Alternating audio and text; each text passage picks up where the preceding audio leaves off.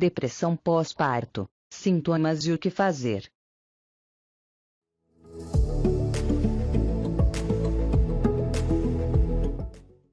Depressão pós-parto é um transtorno de humor que pode afetar as mulheres após o parto. Dessa forma, não tem uma causa única, mas provavelmente resulta de uma combinação de fatores físicos e emocionais. Vamos ver o que a especialista tem a falar sobre o assunto. Olá, mamães! Nós já conversamos sobre o Baby Blues e agora nós vamos falar de um assunto um pouquinho mais sério, que é a depressão pós-parto.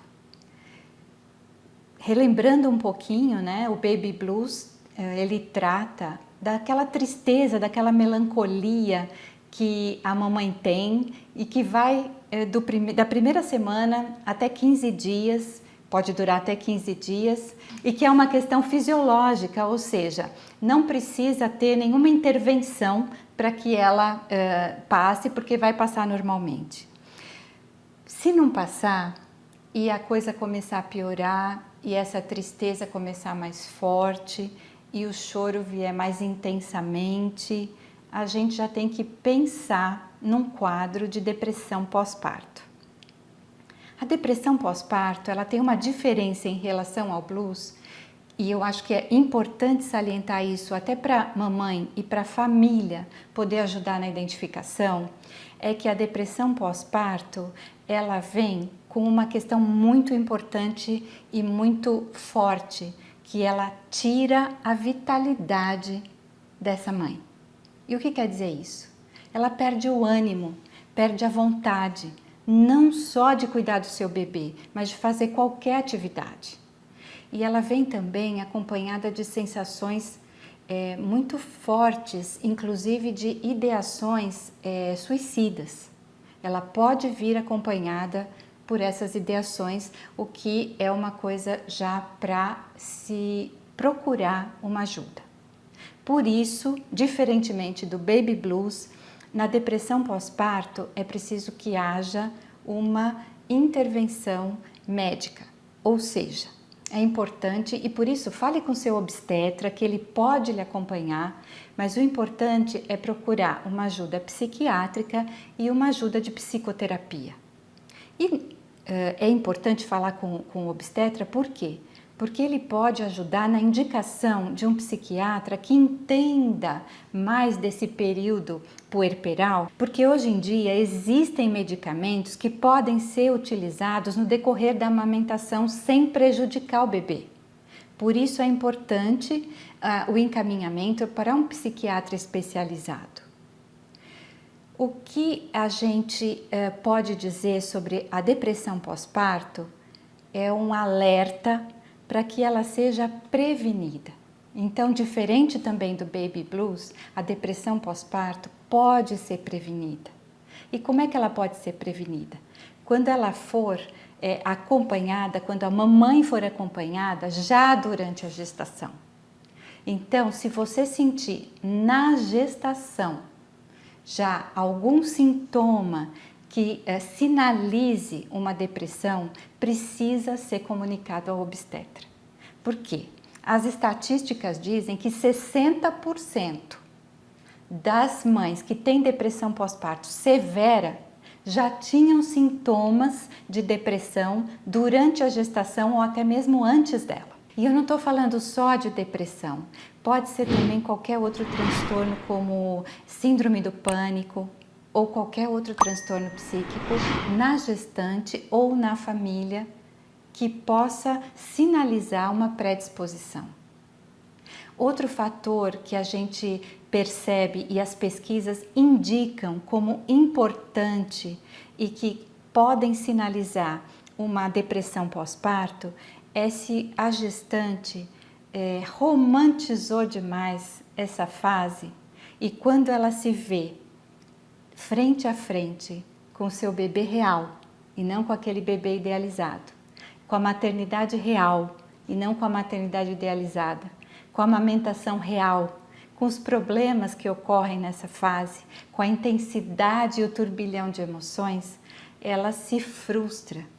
Tudo isso somado pode levar a um quadro de depressão pós-parto. Não estou dizendo que isso vai acontecer, mas pode acontecer. Se todo esse quadro estiver presente, é bom que se fique alerta para prevenir, porque prevenir é sempre a melhor opção quando a gente fala de depressão pós-parto. Outras dicas de prevenção para a mamãe são muito simples e não diferem muito da depressão que não é decorrente do parto. Quais são? Exercício físico, cuidar da alimentação, e aquelas que são específicas desse período são: tenha uma rede de apoio, peça ajuda, família, amigos, procure colocar como você está se sentindo.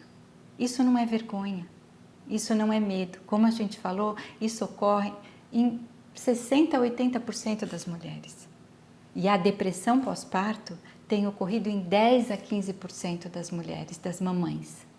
E isso é um número muito considerável. Imagine como esse número é grande. Então, peça ajuda. Peça para a família, peça para as avós, para as amigas.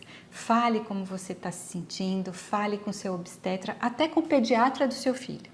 Porque todos eles vão poder te ajudar nesse momento.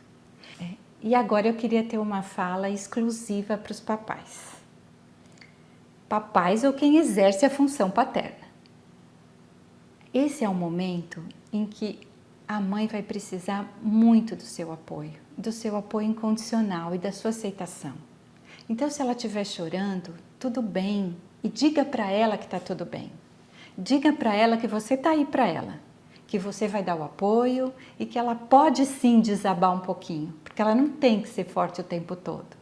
E que você está aí para dar esse apoio, que você está aí para ajudá-la, que você está aí para proteger essa díade mãe e bebê que é tão forte e é tão importante que se estabeleça esse vínculo. Então, pai, essa é a sua função nesse momento, mas a gente vai falar disso num outro vídeo. E para a família, um recadinho especial também, porque a gente sabe que a família quer ajudar, que a família quer estar presente, que a família quer participar, mas será que qualquer coisa que a família fizer naquele momento ajuda? O apoio da família nesse momento é para a mamãe e não para o bebê. É a mamãe que está precisando desse apoio. É a mamãe que está invisível nesse momento, porque todos os olhares são para o bebê.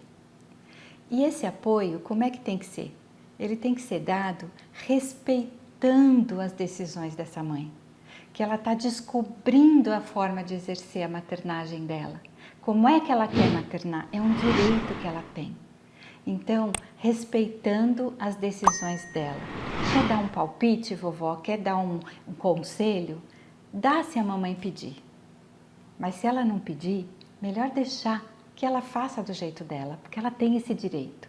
Ela tem o direito de acertar, de errar, até descobrir qual é o jeito que ela quer maternar. O bebê é muito receptivo a isso. Ele aceita isso.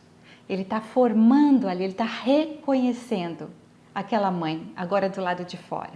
E da mesma forma, a mãe está reconhecendo o seu bebê. Então, essa é a relação mais importante desse momento. E o vínculo que é formado aí, ele vai ser útil para toda a vida. Ele tem que ser um vínculo seguro, um vínculo forte, um vínculo firme.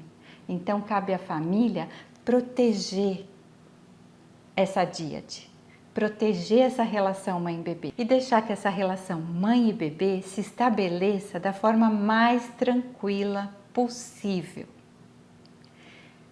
Mais uma coisa só para a gente terminar é o seguinte: mamãe, diante da impossibilidade de você ter o apoio da sua família nesse momento para tratar de questões emocionais, hoje em dia existem redes de apoio virtuais, então tem blogs, tem sites, grupos de mães que falam só sobre esses temas e que podem nesse momento ajudar muito e trazer muito conforto, porque você vai perceber que todas estão passando pelo mesmo processo, sentem as mesmas coisas, têm as mesmas dúvidas e inseguranças, e isso pode te ajudar muito ou te acalmar muito para você passar por essa fase do puerpério. E para a gente terminar, eu queria só lembrar, porque eu já disse para vocês, mas reforçar, que toda paleta de emoções cabe no puerpério. Então, mamãe, aproveita esta fase, mergulha nela emocionalmente, se permita vivê-la com intensidade, porque você vai sair dela fortalecida. O vínculo com o seu bebê vai sair fortalecido também e você vai se permitir conhecer-se de forma como talvez você nunca tenha feito. Gostou desse vídeo? Então deixe seu like. Assim você ajuda o canal a chegar a mais pais e mães de primeira viagem.